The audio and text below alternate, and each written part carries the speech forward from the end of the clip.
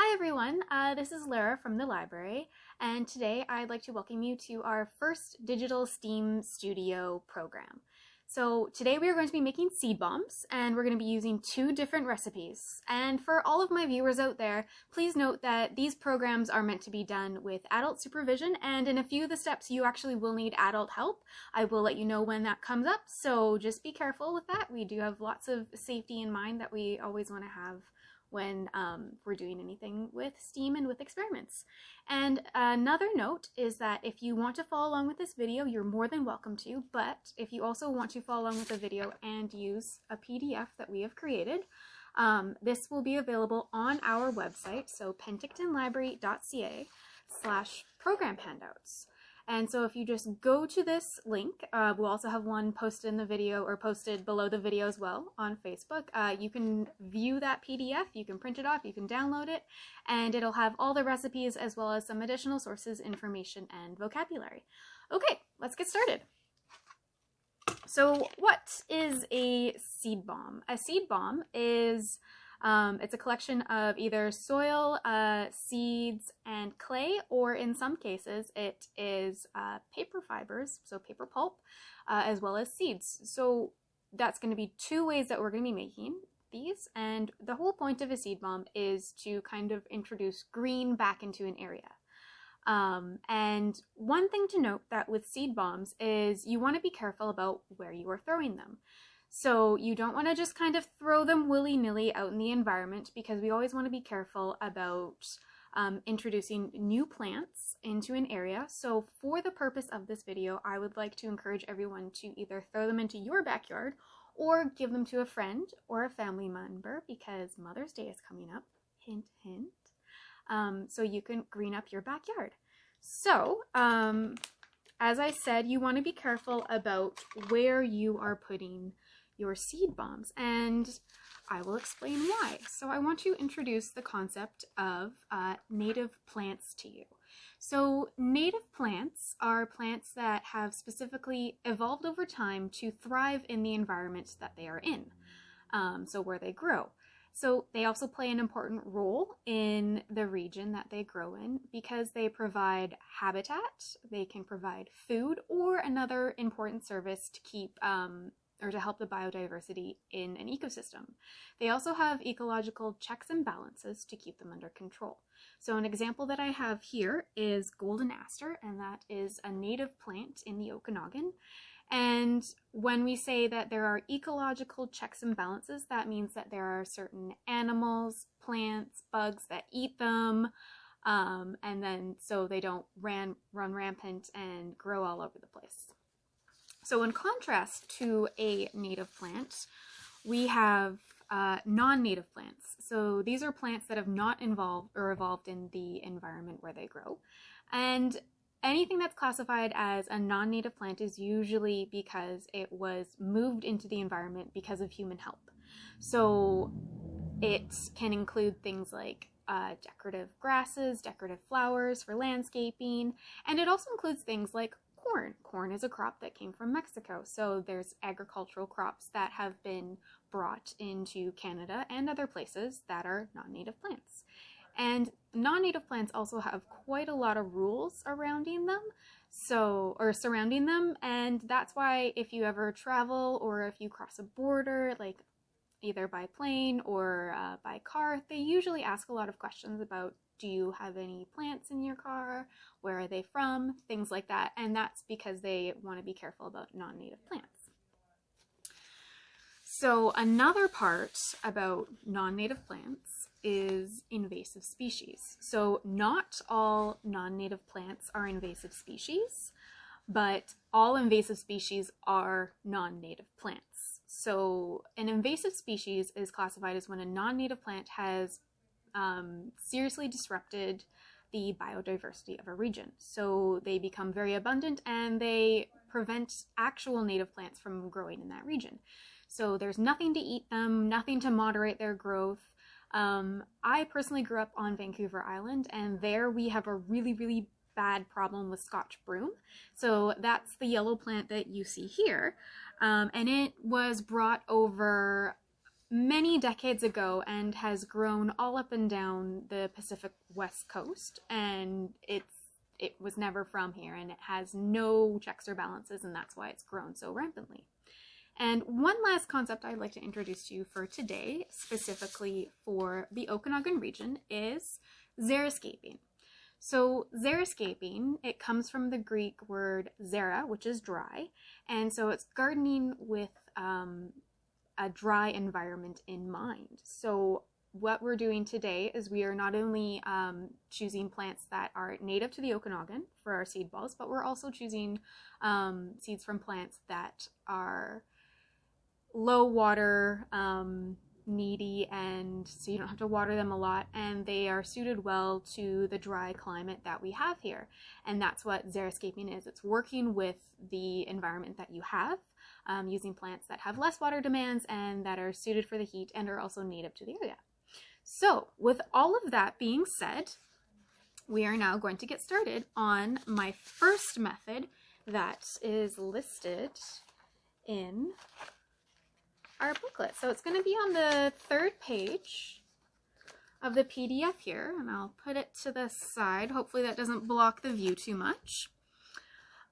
So what we want to do is look at our materials up at the top. So we need Crayola clay, potting soil, native flower seeds, a mixing bowl, gloves, because you want to be careful about not getting dirt all under your fingernails, and we're always washing our hands now. So it's really important that we can bypass needing to wash our hands extra and getting germs and other things underneath there by wearing gloves. So I have my Crayola clay, I have my soil. So this is the one that we're making right now. I have my bowl and I have my seeds.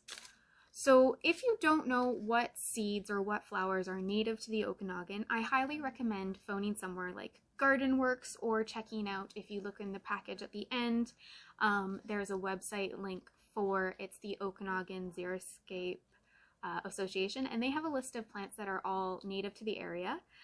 So I spoke with someone at Garden Works and they recommended this one, and this is Wildflowers for butterflies. So another great thing about seed bombs is that you can help bring bugs back into your backyard.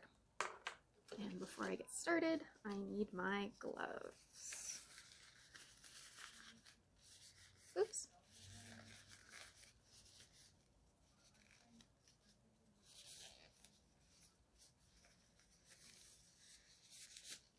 Okay, so for this method, what you want to do is you want about a 1-to-1 ratio of your clay to your soil. So I've got a handful of clay here, and it's about the size of a tablespoon, give or take a little bit. And I want to pop this, I'm going to moosh it out and spread it out a bit, and then pop it into my bowl here. And then I'm going to grab some of my soil.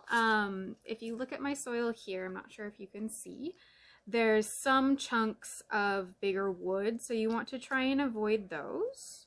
And this is just potting soil that my very, very gracious mother picked up from the store and then let me borrow from her. She is the gardener of the family. I'm still learning. And once you have that combination right there of the clay and the soil, you just want to mix it up with your fingers. And you want to try and get everything mixed up as much as you can. So this is, I think it's the fun part, because you just get to make a big mess. Everything's dirty, everything's messy. And you're left with a nice little clump that is a mix of the clay and soil. And if you don't get all the soil in there, that's totally fine. And here's my shape. So what you want to do now that it's kind of mixed up, you want to make a well in the center with your thumbs. So you press your thumbs into the center of the clump that you have, and you make that little well shape, just like that. From here, you take your seeds, and you want to pour out about 6 to 10. So if you're using a mix like me, they're all going to be different shapes and sizes. I'll move a little bit closer there. So they're all different shapes and sizes, and you don't want to grab a lot because one of the controversies surrounding seed balls is that the way they are done sometimes chokes out the seeds and you don't get all the seeds germinating. So be aware that not all of your seeds will grow. So you're going to probably get about half of your seeds growing, and you want to keep an eye on everything. So if you notice that when you put your seed ball out and then you start to water it, everything's not really growing too well, you can spread your seed ball out in a pot, and that will help with the growing process. So once you've done that, I kind of jumped ahead of the gun. You squish over top of where your seeds are, and then you just want to mix it up a little bit more. And it's kind of like forming silly putty in your hands when you get to this point. So you've got your seed ball. It almost looks like a ball. You can roll it like that. I like to try and grab the rest of my soil and just squish it on the outside. And then I'll grab my other soil here and I'll grab a bit more. Oops. Put it into my bowl here. And I like doing an extra layer of soil on the outside, and this is just so everything gets protected in this ball. So this format of ball is really good for protecting the seeds from birds or from any other thing if you are just throwing this into your backyard and if you don't actually bury it in a pot. Otherwise, the birds will come eat the seeds. So this is method number 1. Method number 2, if you have read ahead in the PDF, is a little bit more intense and a little bit louder, and this method will require the help of a parent because our number 1 ingredient that we need is a blender. So I'm just going to grab my blender.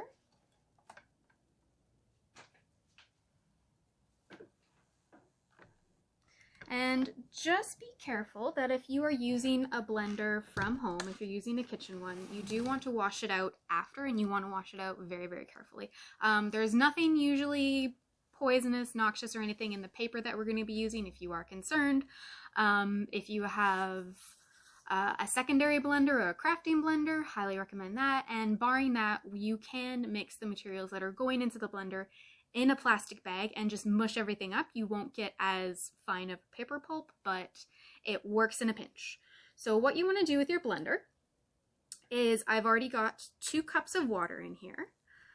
So this method is going to use water and paper, and what we're going to be doing is blending up the paper, so ripping up all the paper and getting the wood pulp out of it. And then when you are done blending it, it gets put through a strainer, and then you strain out a bunch of the water because the water helps bring that wood pulp out. And then what you're left with is kind of a mushy, watery-ish pulp that we can form into a ball. So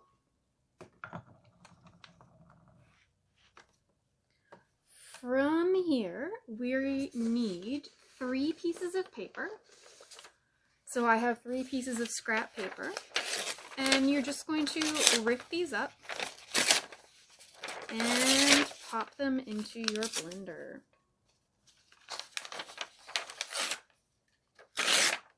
So if you don't have scrap paper at home, you can use a piece of construction paper, and that will help bring out some color. I'm not worrying too much about color right now for mine.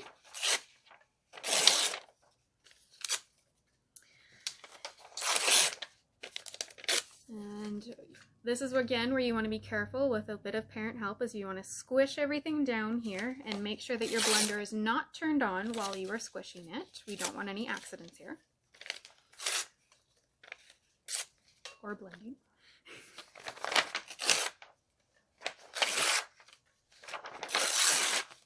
Okay. I'm almost done.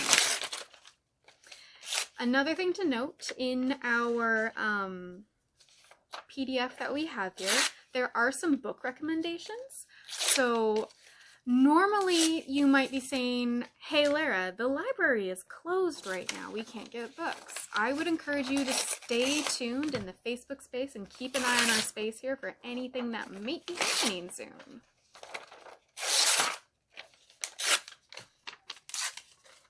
And we're on our last piece of paper.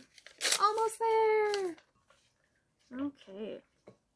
So again, if you don't have a blender at home, you can mash this up in a paper bag. You can use, if you have a potato masher, or if you have, oh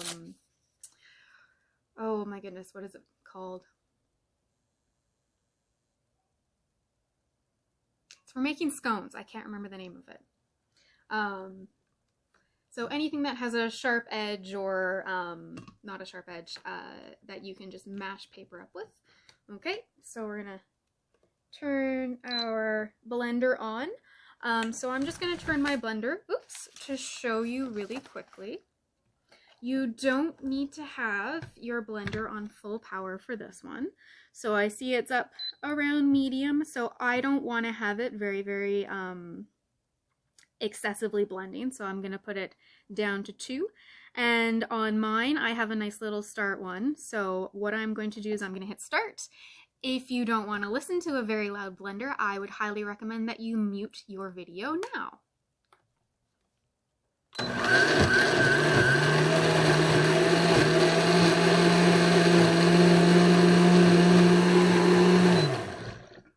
So this blender is quite efficient at pulping up everything into little pieces. I'm just going to do one more pulse here. And then... Okay. So pardon me. Oops, I'm going to first power you off, and I am going to second unplug you. Safety first. So now what we can do is take this off, and I'm not sure how well you can see on the video, but this is what it looks like. So I've got my paper pulpy mess, and remember, this is why you want to be very careful about cleaning everything out. And over here I have my bowl and my strainer, and what we want to do is take off the lid. And then I'm going to stand up, and then from here, you just pour everything in. And already you can hear that my pulp is starting to strain. And again, this is the fun part because it's the messy part. So you just want to push the water through. Now on my blender, you can sort of see it was blended down very finely. So that's really going to help with forming the balls. If your blender doesn't blend down quite as finely, that's okay. So we're just gonna squeeze out the water, and be careful not to hit any books in your area. And now we're squeezing out a little bit more water. And what you want to be left with is a slightly watery mass that you can still manipulate and form into a ball. The one thing to be careful of is that when you're using paper and water specifically, you don't want it to be too soggy, otherwise the seeds will begin to germinate. And if they start germinating and then you let this ball dry, it will stop the germination process, and plants have a very hard time continuing that germination process once it's been started and then stopped. So you want to have it so it's manipulative, but not too soggy. So this one might be a little bit too dry. And now what we want to do,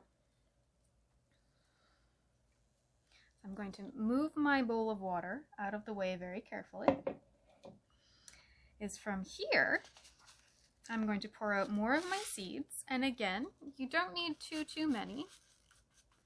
And these guys all look a little bit different because it is a variety of different seeds. So you want about a pinch. And then what we do is you just soak up the seeds in the paper. Oh, so mine even is a little bit too dry. So I'm just going to grab a little bit more water. And then you just mix them in. And if you're worried about the seeds not sticking in, there's a couple ways that you can ensure that they do. One is to use some leftover tissue paper, and that will help with keeping your seeds in. And it will also help if you ever want to make more than one type of seed ball with different seeds, and you can kind of color code your different seeds. So this is a bit of crepe paper that I have. So I'm just going to get it a little bit wet. Pardon me going off screen a bit here. And then you can just wrap it around, and that will make sure that the seeds don't fall out. Oops. And then I didn't cover the whole part, so I'm going to grab another piece. And if you find that you're left with a couple seeds on your hands, that's okay. And now, if I was going to label these and I was going to give them to someone I wanted to give them to, I would just label this as, you know, like butterfly blend or a butterfly bomb. And I would know that all my green ones are for butterfly seeds. So that is the gist of making your seed bomb. So that's 2 different methods. There's an additional version of the clay one that I have listed. So for these guys, and that method uses natural clay if you have any in your garden or any in your yard, or if you want to use clay powder, if you might have clay powder at home. Again, you can use water for that, but make sure that the amount of water that you're using isn't so much that it starts the germination process. So, if you do want to see more videos like this, I hope to be continuing them every Tuesday from now on. And a great way to let us know that you enjoy these videos and everything that we can do for you on Facebook and through our website and through Instagram is to let us know. So if you can leave a comment saying that you enjoyed the video, or if you can give us a like, or if you have a suggestion for what you would like to see next, we would love to hear from you. Have a good day and bye.